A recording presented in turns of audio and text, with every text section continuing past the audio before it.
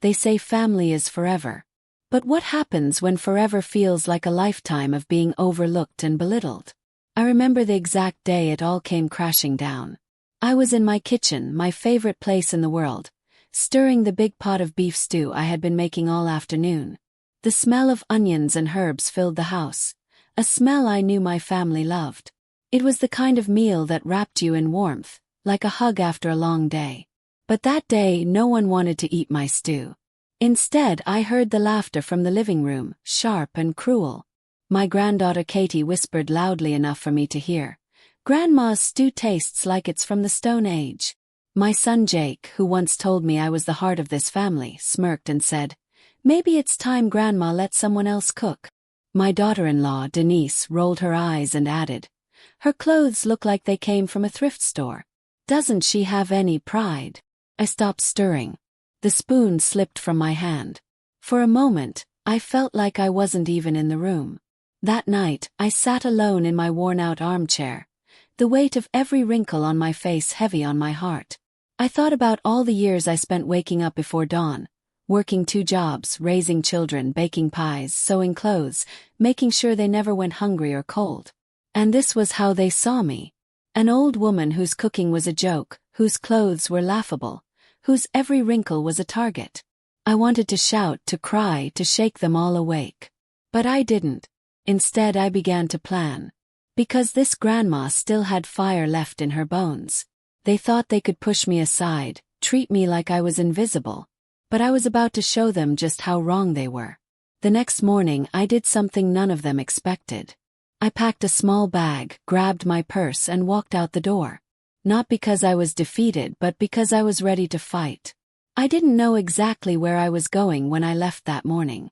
All I knew was that staying meant fading into a shadow, becoming invisible to the very people I had loved and cared for all my life. So, I took the bus to the nearest town, carrying only a small bag and a heart full of determination. At first, loneliness wrapped around me like a cold blanket. I missed the noise of my house, the chaos of my family, even the teasing. But something inside whispered that this was my chance, my moment to reclaim myself. I found a tiny apartment above a bakery run by a woman named Clara, who reminded me a bit of myself when I was younger, strong, stubborn, and full of dreams. Clara took one look at me and said, "You're gonna fit right in here." For the first time in years, I felt a flicker of hope. Days turned into weeks.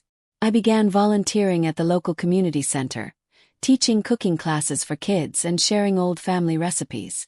The smiles on their faces reminded me why I'd spent so many years in the kitchen, because food is love, and love is what binds us together. One afternoon, as I was helping a shy little boy learn to whisk eggs, my phone buzzed. It was a message from Lily, my youngest granddaughter. "Grandma, can I visit? I miss you." My heart lifted. Family wasn't lost. It was waiting to be rebuilt. But the road back wasn't easy. Rumors spread about me leaving my family behind. Some whispered that I was bitter.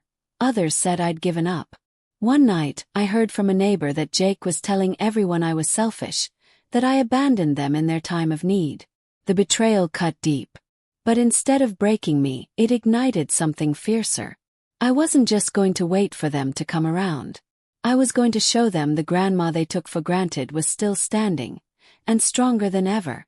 The envelope in my hands felt heavier than any burden I'd carried before.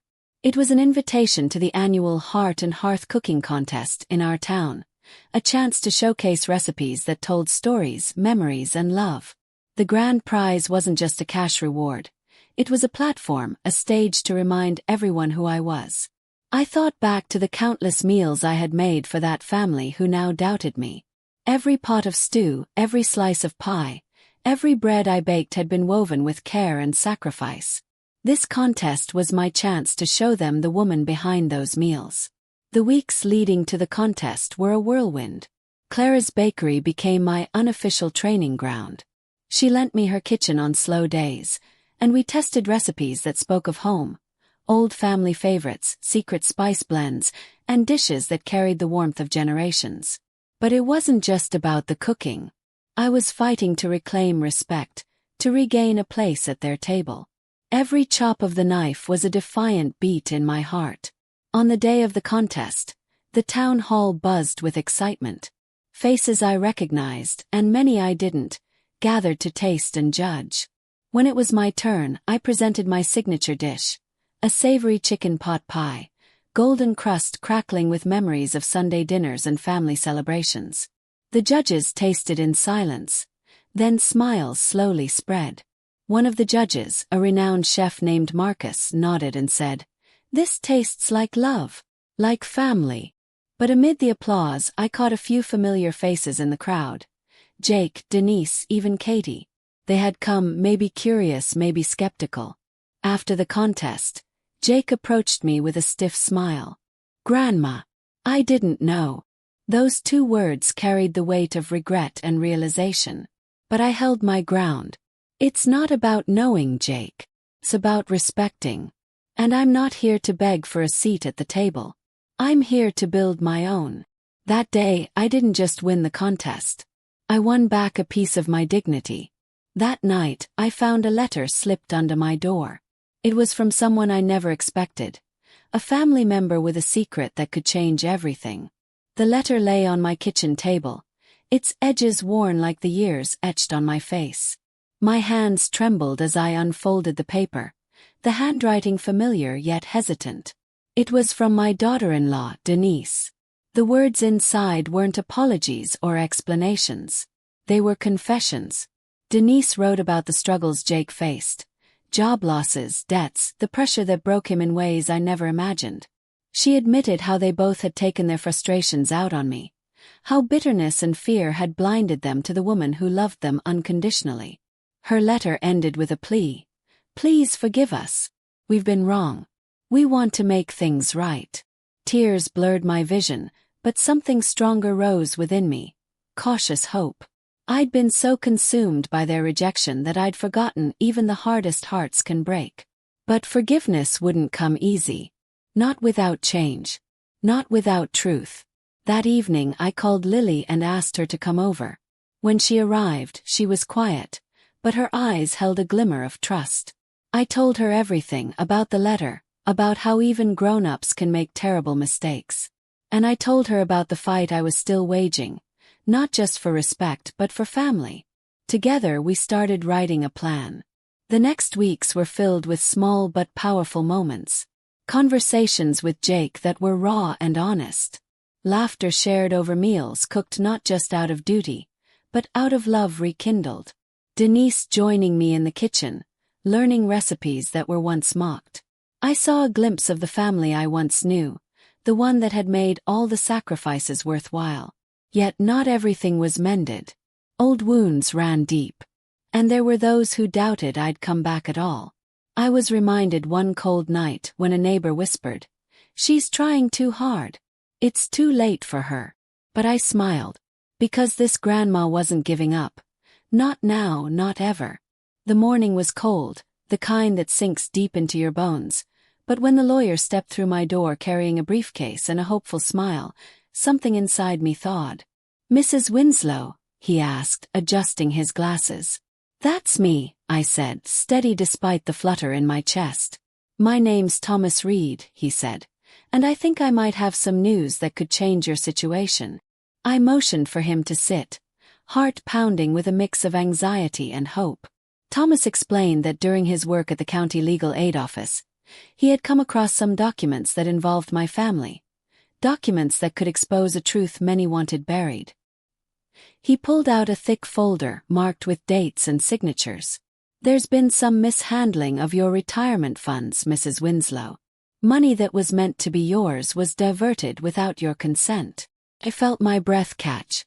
For years, I had lived on a fixed pension, scrimping and saving, trusting my family to help manage things when I couldn't. But the truth was far darker. Thomas went on, detailing how Jake and Denise had, perhaps unknowingly at first, been funneling money meant for my care into their own accounts. "It looks like the funds dried up just before you left," he said quietly. Suddenly, all the cracks in the family picture started making sense. The sudden distance, the cold phone calls, the financial excuses. I wasn't just invisible, I was being used. The revelation sparked a fire inside me. This wasn't just about pride or hurt feelings. It was about justice. Thomas offered to help me take legal action. But this wouldn't be easy. I'd have to confront my son and daughter-in-law, battle through red tape, and face the judgment of a community that already whispered about me like I was a lost cause. That afternoon, I sat in Clara's bakery, stirring a cup of tea, the weight of the fight ahead pressing on me. But Clara smiled and said, "You've fed people all your life, Margaret. Now it's time to feed yourself. Strength, courage, hope." Her words stuck with me as I prepared for the storm. The first meeting with Jake was a confrontation I'd been dreading. When I showed up at his house with Thomas by my side, Jake's face drained of color. "I didn't want it to come to this, Mom," he said. But I shook my head. "You took more than money, Jake. You took my trust, my peace." The battle in court was long and grueling. I faced whispers, sneers, and accusations. But with Thomas's help and my unwavering determination, I began to piece my life back together. The days were filled with tension, hope, and unexpected allies. Friends from the community stepped forward, sharing their own stories of betrayal and resilience. Lily stayed by my side, her presence a balm to my bruised spirit. Yet, through it all, I never lost sight of my goal. Not revenge, but restoration. Just as the case seemed to reach a turning point, an unexpected letter arrived, threatening to upend everything I had fought for. The letter arrived one crisp morning, slipped under the door like a silent storm. It was from a private investigator, someone I hadn't hired but who had been digging into the tangled web surrounding my family's finances. Inside the envelope were photos, receipts, and notes, evidence showing that not only Jake and Denise, but others close to me had conspired to keep the truth hidden. It was a betrayal layered deeper than I ever imagined. I sat at my kitchen table, heart heavy but eyes sharp. This was more than a family feud. It was a fight for my dignity, my life's work, and my peace. Thomas and I pored over the documents late into the night, piecing together a case that could not be ignored. The courtroom became my battlefield. Every hearing brought new pain but also new strength. I sat with Lily by my side, feeling her youthful courage bolster my own. Jake tried to defend himself, his voice shaking, his excuses flimsy. But the truth was clear, and I was ready to stand tall, no longer the woman they mocked. Friends from the community came to support me, reminding me I wasn't alone. Slowly, the tides began to turn. The judge listened, the evidence spoke, and the weight of betrayal began to lift. When the ruling finally came, it wasn't just a legal victory. It was a reclaiming of my life, my voice, and my respect. But this wasn't the end. It was the beginning of rebuilding what was broken: families, trust, and futures. The courtroom buzz had barely settled in my ears when I spotted her, standing across the street, watching me with eyes that held stories I hadn't heard in decades. Her name was Evelyn, once my closest friend, my sister-in-arms through every joy and hardship, until life pulled us apart. For years, Evelyn had vanished from my world, swallowed by silence and distance. Now she was back, carrying a secret that promised to shake the foundation of everything I thought I knew. I hesitated, heart pounding. Should I cross the street and confront the past I thought was long buried? But before I could decide, she smiled, a sad, knowing smile, and waved me over. We met at a small cafe, the smell of coffee wrapping around us like an old, familiar blanket. Evelyn's hands trembled slightly as she slid a manila envelope across the table. "I've been holding on to this for a long time, Margaret," she said softly. "It's time you had the truth." Inside were letters, photographs, and documents revealing a secret so deep it rewrote the history of my family. It turned out that years ago, before the betrayal, before the broken promises, a hidden part of our story was quietly erased. A scandal involving Jake's real father, a man none of us knew, and the shadow it cast over the family dynamics I'd tried so hard to hold together. Evelyn explained that she had uncovered this while researching her own family tree, and that she believed this truth could change everything, for better or worse. The revelation hit me like a thunderbolt. Memories rushed in: late-night whispers, unexplained absences, and the cold distance I had always sensed but never understood. But what should I do with this secret? Reveal it and risk tearing my family apart? Or keep it hidden and continue the fight for respect on the surface? Evelyn urged me to think carefully. This truth isn't just about the past, Margaret. It's about the future, your future. That night, I sat by the window, staring at the stars, wrestling with the weight of the decision. I knew one thing for certain. My fight was no longer just about money or dignity. It was about identity, legacy, and healing wounds deeper than I'd imagined. The next day I called Lily. "We're going to dig deeper," I told her. "There's more to this story, and I want you by my side." Together, we began piecing together the fragments of our family's hidden past. Each discovery brought new pain, but also new understanding. As we unraveled the tangled web, I felt a strange mix of betrayal and relief. The truth hurt, but it also freed me. Yet, just when I thought we were close to answers, a phone call changed everything. A voice on the other end warned me to stop digging, or face consequences I wasn't prepared for. The voice still echoed in my ears long after I hung up the phone, low, gravelly, and cold as steel. "Stop digging, Margaret, or you'll regret it." I sat frozen on the edge of my bed, the receiver trembling in my hand, my knuckles white, my heart thudding like war drums inside my chest. It wasn't just a threat. It was a warning. And something in that voice told me, this wasn't just some crank caller trying to scare an old woman. This was real. Someone didn't want the truth coming out. And they were willing to go to dangerous lengths to keep it buried. I should have felt fear, but instead I felt something else stir inside me, something sharper. Rage. I'd spent my life being quiet, making myself small, swallowing disrespect and serving second helpings to the very people who rolled their eyes at my food and mocked the way I dressed. Not anymore. I stood slowly, walked over to the kitchen, and poured myself a cup of chamomile tea. Hands still shaking, but eyes hard with resolve. I didn't know who was trying to scare me, but I knew one thing. They messed with the wrong grandma. The next morning, Lily showed up early, coffee in hand and worry carved deep into her brow. "You okay, Grandma?" she asked as she stepped inside. "You sounded rattled last night." I nodded, then handed her the note I'd written, every word of the threatening call scrawled in my careful handwriting. Her eyes widened as she read it. "Do you think it's someone in the family?" she asked, lowering her voice, as if the walls might be listening. "I don't know," I said quietly. "But someone doesn't want us to know the truth about Jake's father. About what really happened back then." Lily pursed her lips, thinking. "We need to find out who this mystery man is. Jake's biological father. That's the key."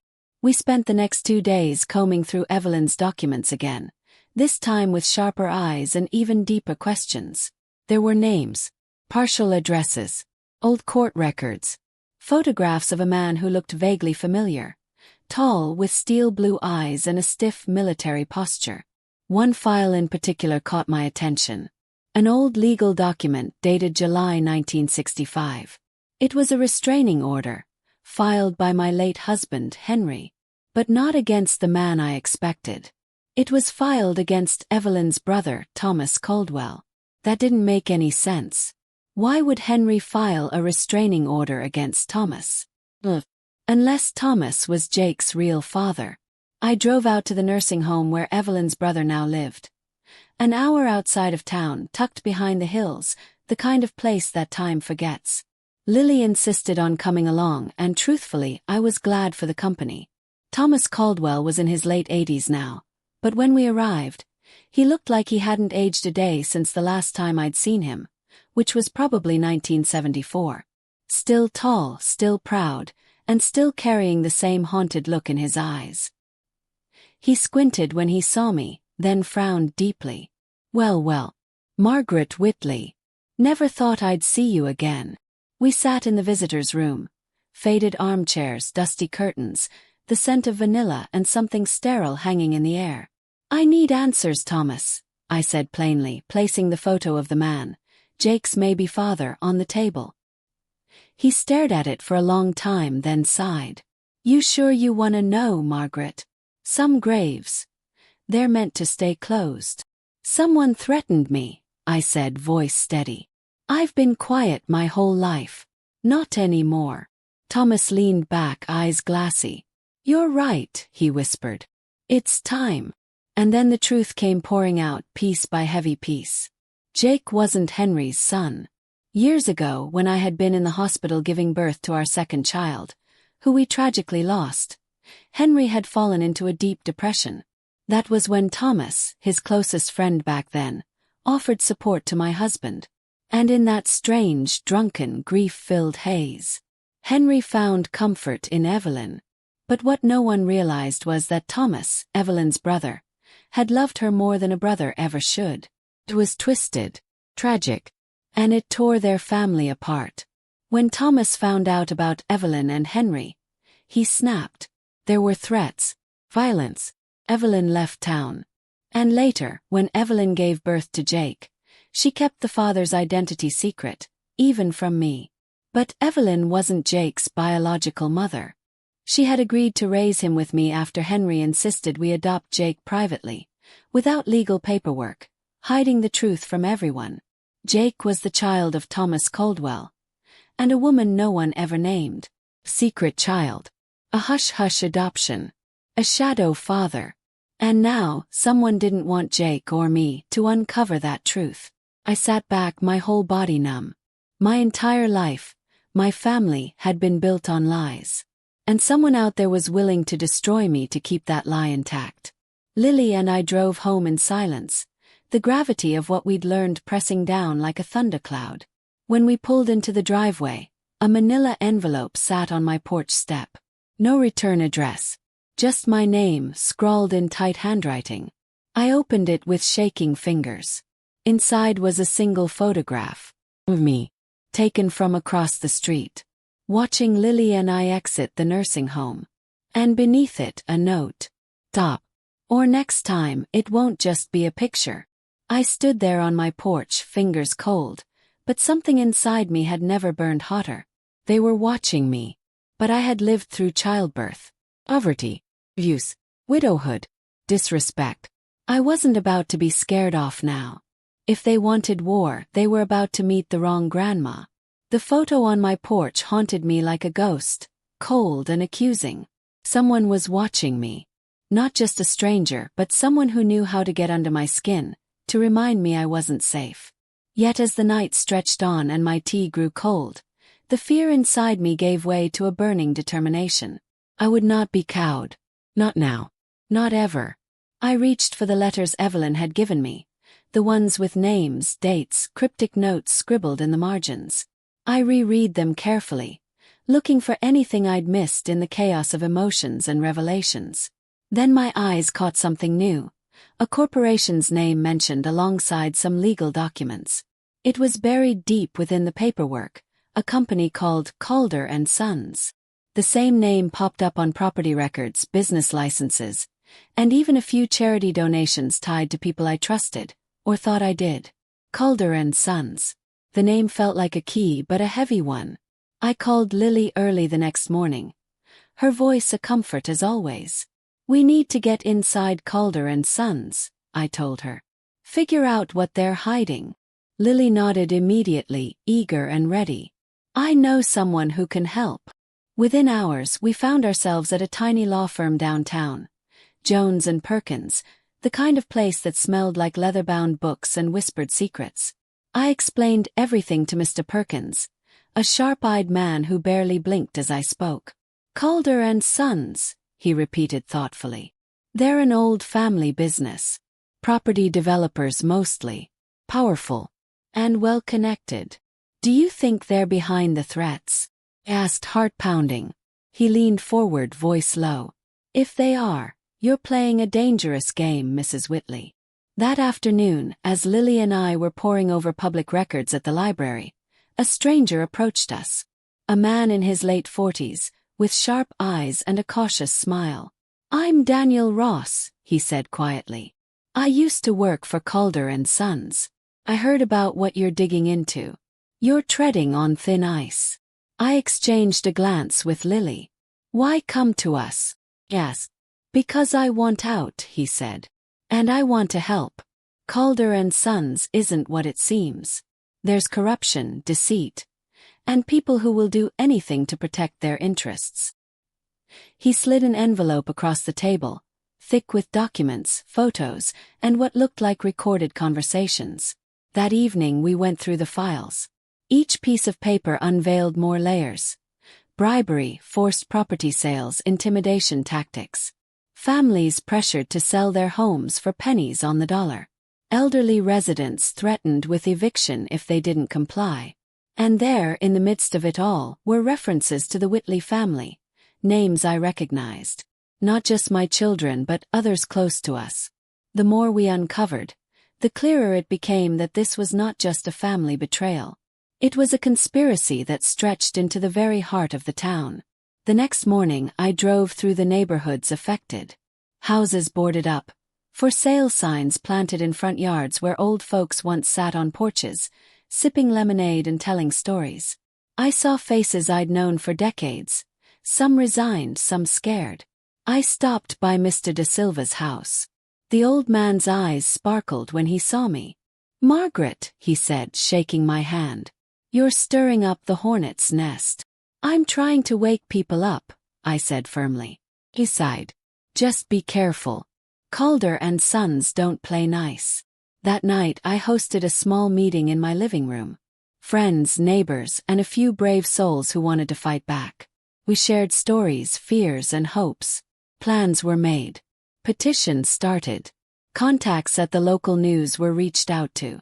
For the first time in a long while, I felt that fierce fire rekindling, the fire of community, resilience, and righteous rebellion. But just as we found strength, the shadow lurking in the background grew darker. That same night my window shattered. A rock thrown with precision, landing near my favorite rocking chair. A note attached.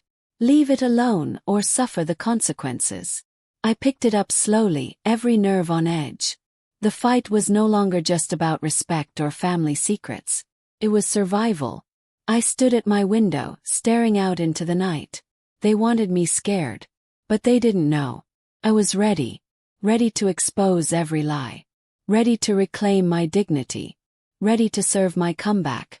Fiery, unyielding, and just beginning. The figure standing on my doorstep was as much a shock as the rock that shattered my window days before. Time had softened some edges but sharpened others. His eyes, those deep, stormy blue eyes, locked onto mine, carrying memories I thought I'd buried along with the years. "Henry!" My voice barely above a whisper. He nodded slowly, the weight of decades heavy on his shoulders. "I had to come back," he said, "to set things right." For a moment the house felt colder, the air thick with the ghosts of our past. Henry had left when the lies and betrayals began to surface, leaving me to fend for the family. But now he was here, and I wasn't sure if he was a friend or another storm waiting to break. Over strong coffee and tense silence, Henry told me his side of the story. How he had been forced out by people who feared the truth. How he'd spent years trying to gather evidence, pieces that could finally expose Calder and Sons and the toxic web that entangled us all. "I'm sorry, Margaret," he said, voice raw. "For everything." His apology was like a bomb and a fresh wound all at once. We forged a fragile alliance, bound by a shared desire for justice and a future free from deceit. But as word spread about our alliance, the family fractures widened. My son Martin, already distant, became colder. His calls unanswered. His visits non-existent. Chloe, my daughter-in-law, sent terse messages filled with thinly veiled threats. Even Lily began to pull away, overwhelmed by the storm she'd stepped into. At family dinners the silence was thick, words unsaid hanging like daggers. With each passing day, the fight felt heavier.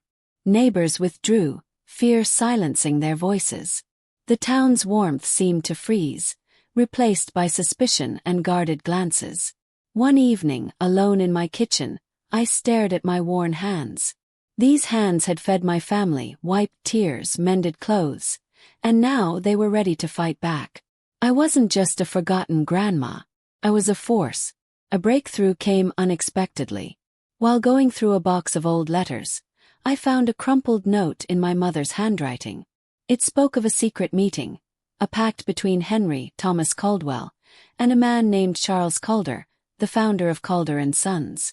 They had made a deal decades ago to cover up Jake's true parentage and secure their power in town. But my mother had warned of consequences, of a price paid in silence and sacrifice. The final piece of the puzzle. Armed with this new evidence, Henry and I planned a public confrontation. We reached out to a local investigative journalist, Emma Graves, known for exposing corruption with fearless precision. Together we prepared to unveil everything: family secrets, corporate greed, and the betrayal that had stolen so much from me. The countdown to justice had begun, but the threats grew darker. My mailbox was filled with angry letters. My phone with calls full of silence and heavy breathing. One night my cat was found injured in the yard, a clear message meant to intimidate. Yet with every attack my resolve only hardened. On the eve of the big reveal, Lily returned. Tears streaming, she apologized for pulling away. "I was scared," she confessed. "But I'm here now. For you. For us." Together we stood united, a family battered but unbroken. The day of the public reveal arrived. The town hall packed with curious, angry, and fearful faces. As Emma began to lay out the evidence, the doors burst open. A figure strode in, a powerful man with a reputation that sent chills down everyone's spine. Calder himself. He smiled coldly. "Before you believe a single word, Mrs. Whitley, I suggest you hear my side." The room fell silent. And in that silence, I knew the battle was far from over. The moment Charles Calder stepped into the packed town hall, the air thickened. His presence was magnetic, the kind that silenced a room and turned whispers into stunned gasps. He was a man who wielded power like a weapon, and his cold smile was a clear warning. He strode to the front with confident steps, eyes sweeping over the crowd. Then his gaze settled on me, the grandma who dared to defy him. "Mrs. Whitley," he began smoothly, voice rich and controlled, "you've stirred quite a hornet's nest. But before this town jumps to conclusions, let me offer a different story." His words were a poison, dripping with insinuation and half-truths. He painted himself as a victim, a businessman fighting for the town's survival against reckless accusations. But the crowd wasn't fooled. Whispers of distrust echoed back. I stood, my hands steady despite the flood of emotions. "Mr. Calder, the truth is no threat to a community that values justice." I shared the letters, the documents, the testimonies, every scrap of evidence that uncovered the greed, the lies, and the betrayals. Slowly the tide shifted. People I never expected stood beside me. Neighbors, friends, even some who had kept quiet out of fear. They told their stories. Lost homes, broken promises, silenced voices. Together we demanded accountability. Calder's empire began to crumble under the weight of truth. Investigations launched. Lawsuits filed. But the greatest victory wasn't legal. It was the healing. Families reunited. Old wounds began to close. And I found my voice, loud, clear, and impossible to ignore. I opened a community kitchen, the very heart of the neighborhood, where I cooked the meals I was once mocked for. It wasn't just about food. It was about dignity, love, second chances. Every dish was a reminder. Respect is earned, not given. Looking back, I realized this fight was never just mine. It belonged to every woman who was told she was invisible. To every elder who was cast aside. To every soul who dared to fight back. And fight back I did. Thank you for listening to my story. Life may try to silence us, to make us small, to make us feel invisible. But I've learned something powerful. Our voices matter, no matter our age or circumstances. If there's one thing I want you to remember, it's this. Never let anyone tell you who you are or what you deserve. You have the strength to stand up, to fight back, and to take your dignity back, just like I did. So, to all the grandmas, the moms, the quiet warriors out there, Keep your fire burning. Your time to shine is never over. And to those who have been hurt, betrayed, or forgotten, you are not alone. Together we are stronger. This isn't just my comeback. It's ours. Stay strong. Keep fighting. And never forget, respect isn't given, it's earned.